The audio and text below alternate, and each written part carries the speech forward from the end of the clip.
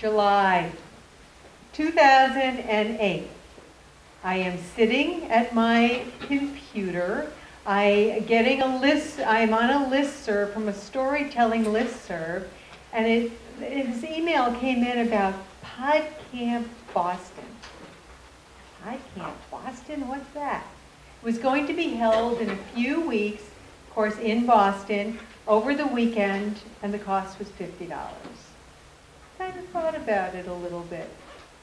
Now, for those of you who know me, I usually sit in these meetings, and I hear all those speakers speaking here about technology, and I'm thinking, good for them, not for me.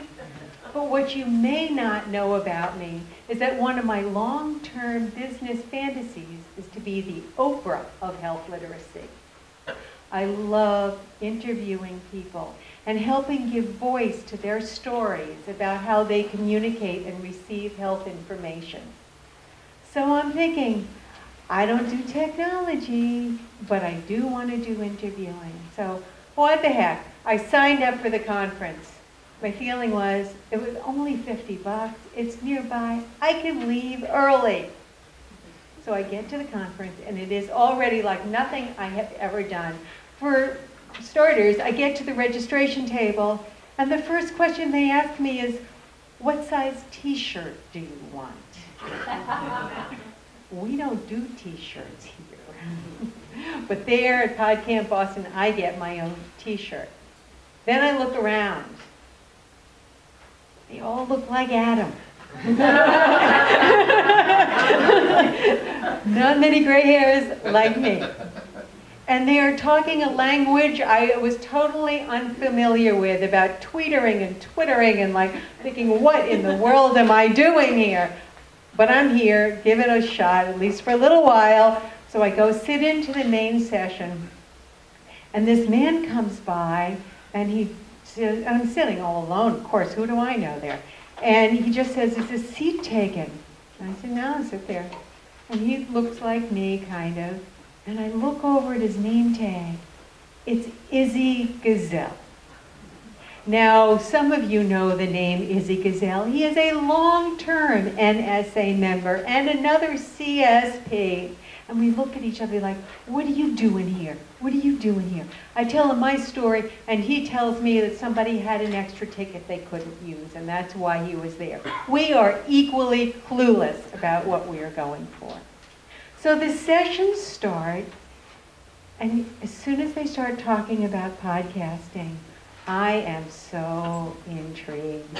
I go to all the sessions I can. I go to the sessions on technology. I go to ones on editing. I go to ones on interviewing skills. I go to ones on marketing. And I go to the one that Adam's leading on podcasting for not-for-profits. Now, my business is not a not-for-profit business, but it's pretty close cousin because it's very mission-driven in communicating health information clearly and simply. At that point, I knew that this is what I was going to do. By the end of the weekend, Adam and I agreed that we would be working together. 2 months later, by the end of September, in time for Health Literacy Month, I launched my first ever Health Literacy Out Loud podcast. I have a new website specific to the podcast. I have my first podcast. That was the end of September. Fast forward to now, 6 months later, I have 10 podcasts out there. I have new podcasts every other week.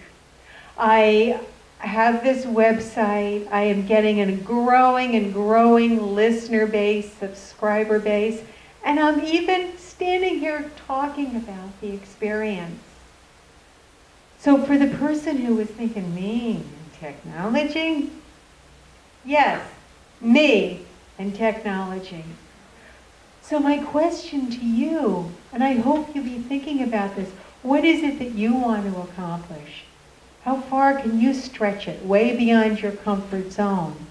And you might be thinking, me and podcasting? Yes, you and podcasting.